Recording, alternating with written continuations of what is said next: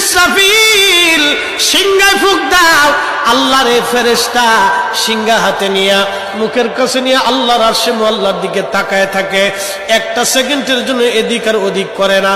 কখন রব হুকুম দিবে সিংহায় ফুৎকার দেওয়ার জন্য, যখন সিংহায় ফুৎকার দিবে কুরআন বলতেছে ইদাস সামাউ ফাতারাত, আকাশ ভেঙ্গে ভেঙ্গে ভেঙ্গে ভেঙ্গে পড়তে থাকবে। ওয়া ইদাল কাওয়াকিবু তাসারাত, সমগ্র নক্ষত্রগুলি ভেঙ্গে ভেঙ্গে ভেঙ্গে ভেঙ্গে পড়তে থাকবে। ওয়া ইদাল বিহারু ফুজ্জিরাত, সমুদ্রের তলদেশ উদ্দোলিত হয়ে যাবে, সমগ্র পানিগুলি পৃথিবীর উপরে আছাড় মারবে, আর ধুয়ে পারলে সব পৃথিবীবাসীকে নিয়ে যাওয়া হবে। ওয়া ইদাল কুবুরু বুসিরাত, কবরের ভিতরে যাহা আছে সব আমার মালিক আমার রব বের করে দিবে।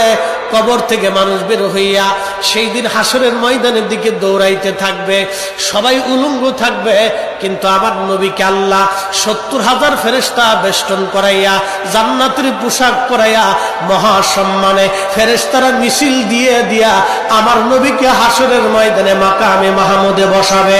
একবার জোরে বলা যাবে কি আল্লাহু আকবার। বাজান মুসলমান, খুব মনোযোগ দেন। হযরত ইউনূস আলাইহিস সালামের কথা বলছিলাম, মাছের পেটের ভিতরে ইউনূস।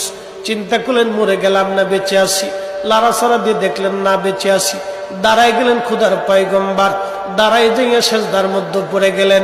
মাছের পেটের মধ্যে সেজদার মধ্যে পড়ে বলতেছে লা ইলাহা ইল্লা আনতা সুবহানাকা। বিপদের দোয়া, কঠিন মুসিবতের মধ্যে যদি পড়ে যান তাহলে খতম ইউনূস এই দোয়াটা খতম দিতে থাকবেন।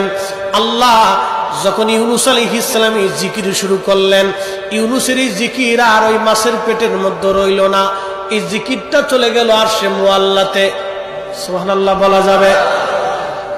আরশে মুআল্লার পাশে এই জিকিরগুলি চারপাশ দিয়ে ঘুরতেছে। আরশে মুআল্লা ধরে রাখছেন ৪ জন ফেরেশতা কাঁধে করে। এই ৪ জন ফেরেশতা আল্লাহকে ডাক দেবে, বলে রব আপনার বান্দা ইউনূস তিনি জীবনে ভালো অবস্থায় থাকার সময় আপনার জিকির করেছে, আজকে সে মাছের পেটের ভিতরে পড়ে গভীর সমুদ্রের মধ্যে আপনার জিকির করতেছে। আল্লাহ ইউনূসের জিকিরের আওয়াজ আরশে মুআল্লার চারপাশ দিয়ে ঘুরতেছে। আল্লাহ আপনি আপনার ইউনূসকে মাফ করে দেন।